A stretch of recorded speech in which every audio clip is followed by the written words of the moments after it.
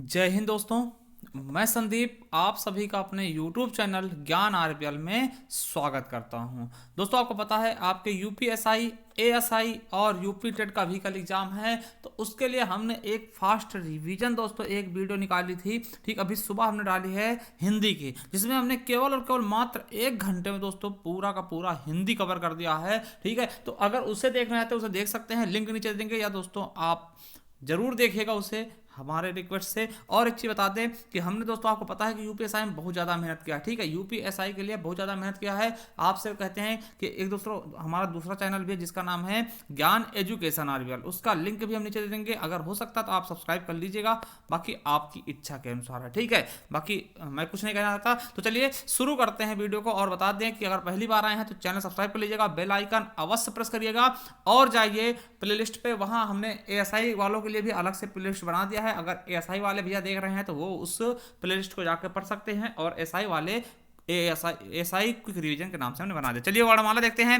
देखिए वर्णमाला होता क्या है, तो वर्णों के व्यवस्थित समूह को हम वर्णमाला बोलते हैं, मतलब व्यवस्थित, सुव्यवस्थित। देखिए ऐसा नहीं कि आ के बाद आपने ई लिख दिया फिर छोटा बड़ा आ लिख दिया, ऐसा एक व्यवस्थित क्रम जो होता है उसे ही वर्णमाला कहते हैं। जैसे देखिए आपके यूपी पुलिस में क्वेश्चन पूछा गया था कि वर्णों के समुदाय को क्या कहते हैं, तो वर्णमाला कहते हैं, ऐसा क्वेश्चन मिला है। ठीक है, अब आपको बता दें कि वर्णों की संख्या कितनी होती है, तो दोस्तों बताना 52 होती है। ठीक है, इन्हीं 52 वर्णों के व्यवस्थित समूह को हम वर्णमाला कह सकते हैं, ये भी एक अच्छा सा बन सकता है। ठीक है, क्वेश्चन आएगा।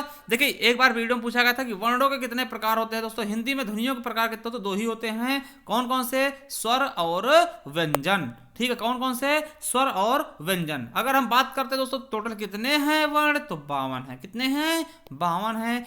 52 में देखिए 2 भागों में बांटते हैं हम। स्वर होते हैं दोस्तों 11। कौन कौन से? देखिए प्लुत स्वर होते हैं 4 और दीर्घ स्वर होते हैं 7। और देखिए ह्रस्व स्वर 4, सॉरी ह्रस्व स्वर 4 और दीर्घ स्वर दोस्तों 7 होते हैं। वहीं व्यंजन 33 होते हैं दोस्तों। 33 में कौन कौन से? स्पर्शी व्यंजन 25 दोस्तों 5 वर्ग में। ठीक है, और 4 होते हैं अंतस्थ व्यंजन, 4 होते हैं उस व्यंजन, और स्वरों की संख्या कितनी होती है? 11। ठीक है, तो ये चीजें हम देख सकते हैं। अब देखिए स्वर क्या होते हैं। देखिए स्वर क्या होते हैं, जो स्वतंत्र रूप से बोले जाते हैं उनको हम स्वर बोलते हैं। क्या? जो स्वतंत्र रूप से बोले जाते हैं, जिनको बोलने के लिए हमें किसी की आवश्यकता नहीं पड़ती, उन्हें हम स्वर कहते हैं। देखिए क्वेश्चन में पूछा गया था यूपीएसआई में, पहले इसकी डेफिनेशन पूछी गई थी कि स्वतंत्र रूप से बोले जाने वाले वर्णों को हम क्या कहते हैं, तो स्वर कहते हैं। ठीक है, समझिएगा। देखिए दोबारा वीडियो में पूछा गया था, जिनका उच्चारण स्वतंत्र रूप से होता है, जो व्यंजन के उच्चारण में सहायक होते हैं, उसे क्या कहते हैं? उसे हम स्वर कहते हैं। ठीक, और इनकी संख्या कितनी है? 11 है। कौन कौन सी हैं? तो बड़ा आ, छोटा आ, बड़ा आ, छोटी ई, बड़ी ई, है ना, ए ऐ ओ औ और री, है ना। अब समझिएगा, मगर मात्राएं दोस्तों 10 ही होती, क्योंकि छोटे आ की कोई मात्रा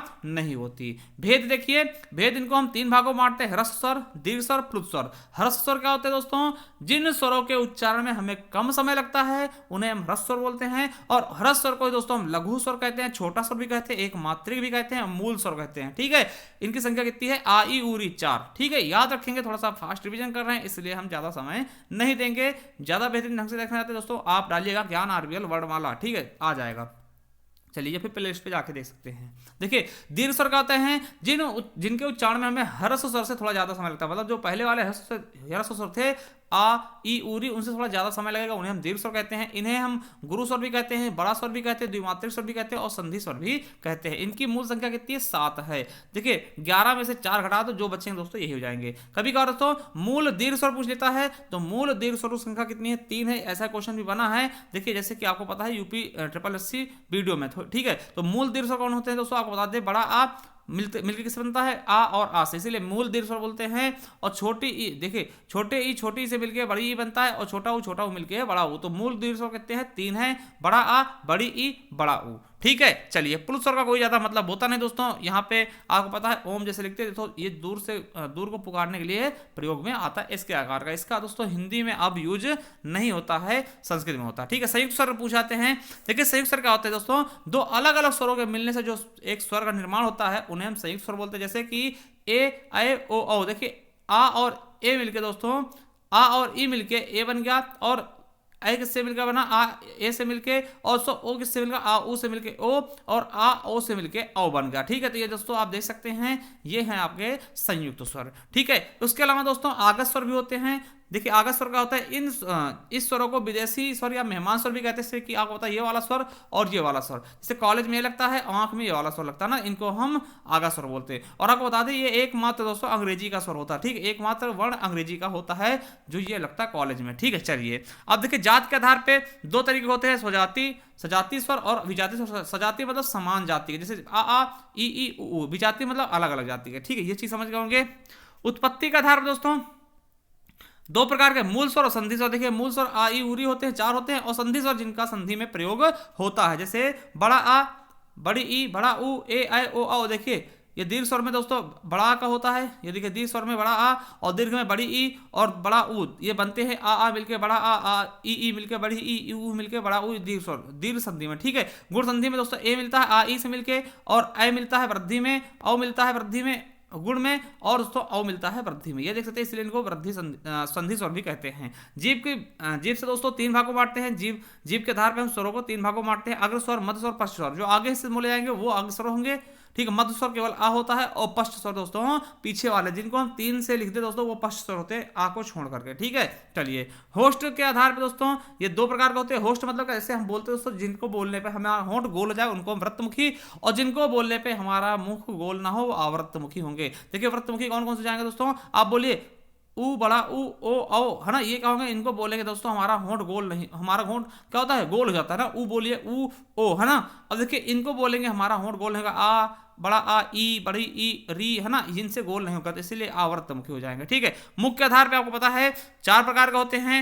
व्रत, है ना, विव्रत स्वर जो कि पूरा मुख खोल देते हैं दोस्तों, है ना, जैसे हम डॉक्टर के पास जाते हैं, डॉक्टर कहता है बड़ा आ बोलो, है ना, तो क्यों बोलता है, क्योंकि इससे पूरा मुख हो जाता है, तो विव्रत हो जाएगा। अर्धविव्रत जिसमें आधा मुख खुलता है, ठीक है, वो होगा ये, ठीक है। और संवृत का होता है जिनमें दोस्तों पूरा मुंह बंद रहता है, और अर्धसंवृत जिसमें आधा मुख बंद रहता है, ठीक है, देख लियोगे। अब देखिए अयोगवाह, ये मोस्ट इंपॉर्टेंट, अयोगवाह संख्या कितनी दोस्तों, दो है, ठीक है। अयोगवाह संख्या कितनी है, दो है दोस्तों, ठीक है। कौन कौन से हैं तो आपको बता दें, एक होता है अनुस्वार जिसको हम अंक बोलते हैं, एक होता है विसर्ग जिसको हा बोलते हैं। देखिए क्यों इनको हम अयोगवाह बोलते हैं, क्योंकि दोस्तों ये ना तो स्वर में होते हैं ना ही व्यंजन में यूज होते हैं। जैसे मंदिर दोस्तों हम इस तरह लिखते हैं, इस तरह लिखते हैं, स्वर की तरह हो गया, और इस तरह लिखेंगे व्यंजन की तरह, है ना, इस तरीके से। देखिए साह, देखिए इस तरह भी लिखते हैं, और साह मतलब दोस्तों इस तरह भी लिख सकते हैं ना दुख को, और दुख दोस्तों इस तरह से और इस तरह से ना, आहा हम इस तरह से भी लिखते हैं व्यंजन की तरह और स्वर की तरह भी, इसलिए इसको हम अयोगवाह की श्रेणी में रखते हैं। चलिए दोस्तों अब देखते हैं, देखिए हमने देख लिया दोस्तों ये चीजें देख दी। अब देखिए एक चीज और आपको दिखाते हैं कि देखिए निर्नुनासिक क्या होते हैं। देखिए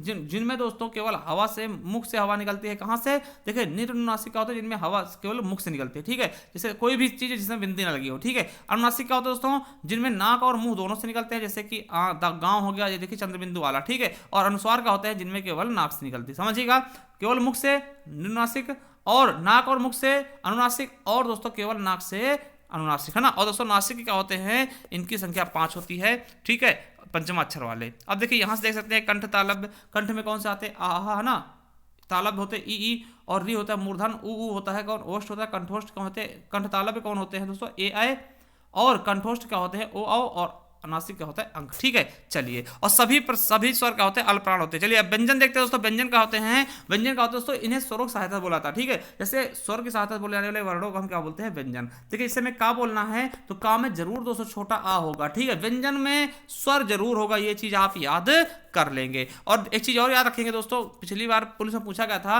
कि व्यंजन को आधा करने के लिए हम किसका प्रयोग करते हैं, हलंत का, ठीक है, हलंत का प्रयोग करते हैं, फिर दोस्तों हल भी कहते हैं, इसका प्रयोग करते हैं किसी व्यंजन को आधा करने के लिए, ठीक है। चलिए अब व्यंजनों की संख्या कितनी है, उच्चारण दृष्टि से दोस्तों कितनी है, उच्चारण दृष्टि से 33 है, ठीक, और लेखन दृष्टि से दोस्तों ये और बढ़ते हैं, ठीक है। तो हम बात करेंगे, चलिए स्पर्श व्यंजन का होता है, जिन्हें स्पर्शी व्यंजन कहते हैं। देखिए जिन व्यंजनों का उच्चारण करते समय हवा जो होती है फेफड़ों से निकलकर किसी विशेष स्थान जैसे कंठ, तालु, मूर्धा, दंत, होष्ठ आदि को स्पर्श करके निकलती है, इसीलिए इनको स्पर्शी व्यंजन कहते हैं, ठीक है, स्पर्शी व्यंजन कहते हैं, ठीक है। और आपको बता दें कि ये वर्ग में पाए जाते हैं, 5 वर्गों में मिलते हैं, इसीलिए इनको वर्गीय व्यंजन भी कहते हैं। और आपको बता दें स्पर्श व्यंजन का उदय जीभ से टकराने के बाद होता है, इसीलिए इनको उदित व्यंजन भी कहते हैं। तो कितने हैं, 5। देखिए 5 वर्ग में पाए जाएंगे, और पांचों वर्ग में 5-5 यानी 25 होंगे, ठीक है, ये चीज समझिएगा।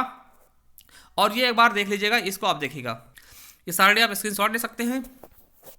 देखिए का वर्ग, देखिए ये पूरे वर्ग हैं, ठीक, का वर्ग वाले में कौन, का खा खा अंगा, और चा वर्ग में चा चा चा इया, और टा वर्ग में ता ठा आड़ा, और ता वर्ग में ता ता ता नाम, और पा वर्ग में पा फा बा मा, ठीक है। पहला वाला कंठ होता है, फिर तालव्य, फिर मूर्धन, फिर दंत, फिर ओष्ठ, ना। अब देखिए अल्पप्राण महाप्राण। देखिए पहले हम कुछ भी पढ़ते हैं दोस्तों, हम अगर शुरुआत करते हैं वर्णमाला की तो आ से शुरू होता है, यानी कि पहले वाली 2 लाइनें आ से शुरू हो जाएंगी यानी अघोष हो जाएंगी। फिर दोस्तों लास्ट वाली 2-3 लाइनें सघोष हो जाएंगी। उसी तरह से दोस्तों अल्पप्राण आ से शुरू होता है, इसलिए पहला अल्पप्राण, फिर महाप्राण, फिर अल्पप्राण, फिर महाप्राण, फिर अल्पप्राण। हाँ, तो इस तरह देख लेंगे। कोई पूछेगा आपसे कि भैया कि अल्पप्राण अघोष व्यंजन कौन से होंगे, दोस्तों आपको दिख रहा होगा ना अघोष और अल्पप्राण, तो ये वाली लाइन अघोष अल्पप्राण हो जाएगी। अघोष महाप्राण कौन होंगे दोस्तों, ये अघोष है, ये महाप्राण, तो ये अघोष महाप्राण हो जाएगी। इस तरीके से आपको समझ लेना है। चलिए आगे देखते हैं, ठीक है। अब देखिए सारणी के अंतिम लाइन को पंचमाक्षर कहते हैं, क्योंकि यह वर्ग का 5वां अक्षर होता है जिसका स्थान उच्चारण स्थान दोस्तों नासिक होता है, इसलिए इनको नासिक व्यंजन भी कहते हैं। और एक चीज आखेंगे बहुत इंपॉर्टेंट कि दोस्तों स्पर्श संघर्षी व्यंजन किसको कहते हैं, चा वर्ग को। चा वर्ग को हम स्पर्श संघर्षी व्यंजन भी कहते हैं। चलिए अगला है अंतस्थ व्यंजन कौन होते हैं दोस्तों, जो अंदर अंदर थे ना, इन व्यंजनों को अंतःकरण में उच्चारित होने के कारण अंतस्थ व्यंजन कहते हैं। तो बस हमें सीधा याद रखना, ये चारों क्या होते हैं, सघोष अल्पप्राण होते हैं। कौन कौन से होते हैं, यार अलावा। और दोस्तों इसमें या क्या होता है, तालव्य होता है, रा क्या होता है, मूर्धा, और ला क्या होता है, दंत, और वा दंतोष होता है। एकमात्र वर्ण जो दंतोष होता है कौन सा है, वाह है। अब देखिए अर्धस्वर व्यंजन कहते हैं किनको दोस्तों, आपको बता दें या वा को दोस्तों क्या बोलते हैं, अर्धस्वर। क्या बोलते हैं, अर्धस्वर बोलते हैं, याद रखेंगे। और इन्हें ही हम संघर्षहीन कहते हैं। देखिए अर्धस्वर क्यों बोलते हैं, क्योंकि ये स्वर की तरह यूज होते हैं और व्यंजन की तरह। देखिए गई जैसे लिखना है, अब गई लिखना दोस्तों, गई हमने इस तरह लिख दिया तो ये दोस्तों व्यंजन की तरह हो गया, और इस तरह भी लिख देते हैं दोस्तों, ये हो गया स्वर की तरह। कौवा लिखना दोस्तों, तो कौवा लिखना तो देखिए वाह,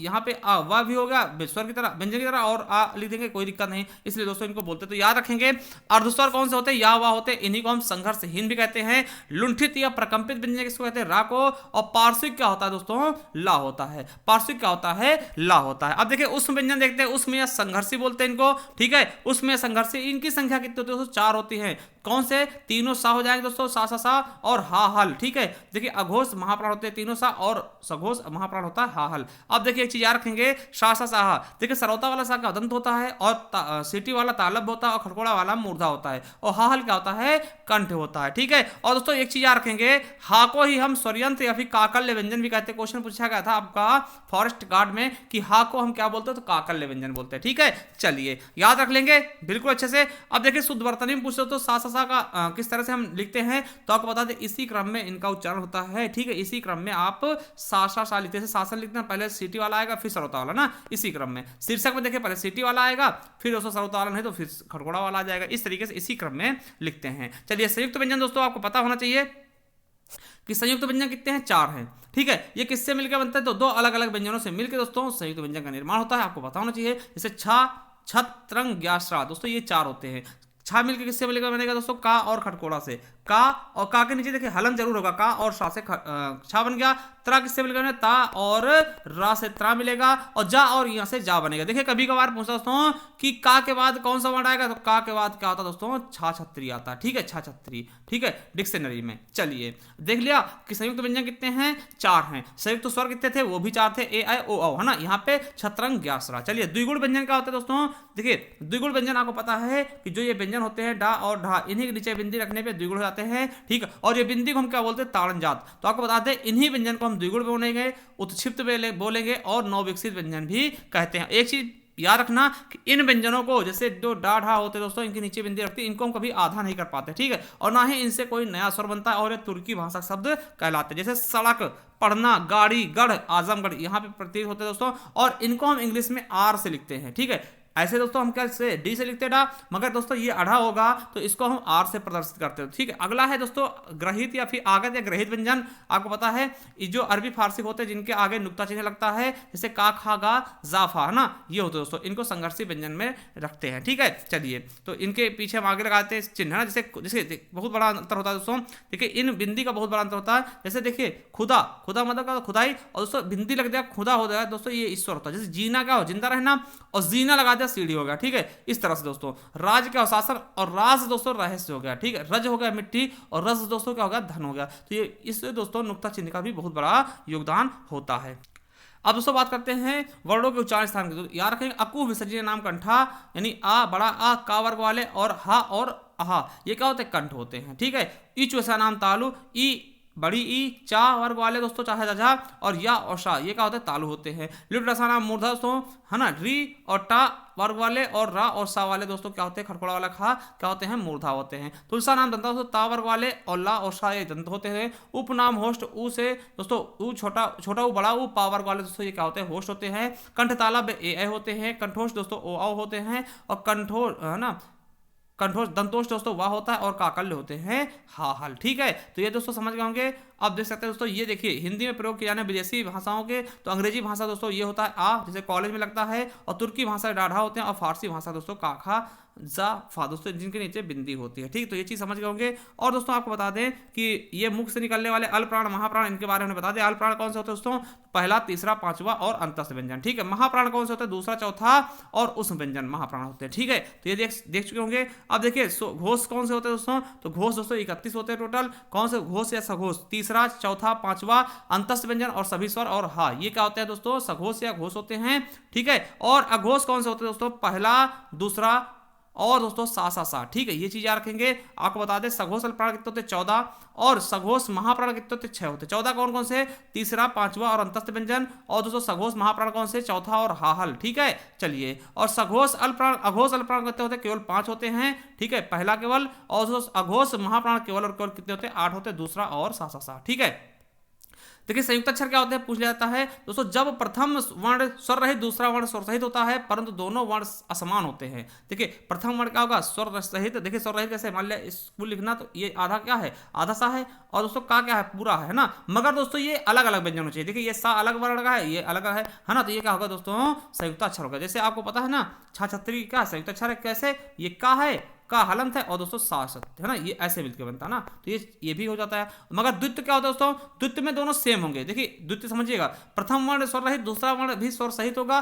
परंतु दोस्तों दोनों समान होंगे। समान देखिए संयुक्त अक्षर में सेम होते थे, अलग अलग होते थे, मगर इसमें समान होते थे। दिल्ली, इन्हीं को ध्वनि युग्मक भी कहते हैं ना। जैसे दिल्ली हो गया और अछूण हो गया। देखिए इसमें डबल ला हो गए, इसमें डबल अड़ा हो गए, इसमें डबल ना हो गया। ठीक, संपर्क ध्वनि क्या होती है दोस्तों, जब कोई ध्वनि एक ध्वनि को बांध देती है ना। देखिए जब एक ध्वनि जब दो व्यंजनों से संयुक्त होती है उसको संपर्क ध्वनि कहते हैं। जैसे संबल में देखिए सा और बा के मध्य मास संयुक्त है। ठीक है, कंबल उत्पन्न, इस तरह से दोस्तों। ठीक है, बलाघात क्या होता है, किसी चीज में बल देना दोस्तों। ठीक है, बलाघात क्या होता है, जिन पे किसी बल देने, जैसे अंतःकरण, जहां पे दोस्तों थोड़ी समय ज्यादा हम बोलते हैं ना। देखिए शब्द बोलते समय अर्थ या उच्चारण की स्पष्टता के लिए जब हम किसी अक्षर पर विशेष बल देते हैं दोस्तों, उसको बलाघात या स्वराघात कहते हैं। जैसे विष्णु है ना, देखिए सा को हम बल दे रहे हैं। इंद्र है ना, तो ये चीजें क्या होती है दोस्तों, बलाघात होती है। और दोस्तों आपको बता दें विसर्ग में बलाघात होता है, त्रि में बलाघात होता है, और जहां पे डबल शब्द आते हैं वहां भी। ठीक है, अनुतान का होता है दोस्तों, उतार चढ़ाव होते हैं ना, उतार चढ़ाव। जैसे अच्छा है ना। देखिए इन तीनों के अर्थ अलग अलग होते हैं। देखिए ये आश्चर्य वाला है,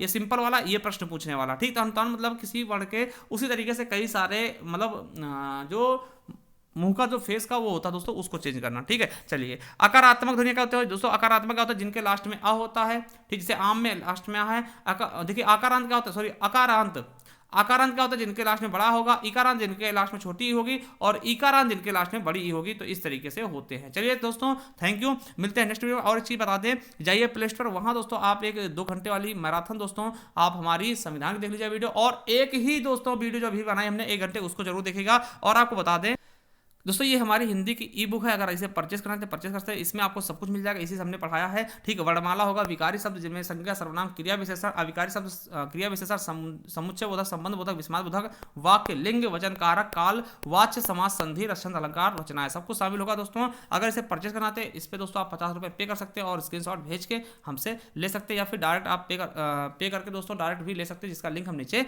दिए दे रहे हैं। थैंक यू, धन्यवाद, मिलते हैं नेक्स्ट वीडियो। तब तक के लिए जय हिंद, जय भारत।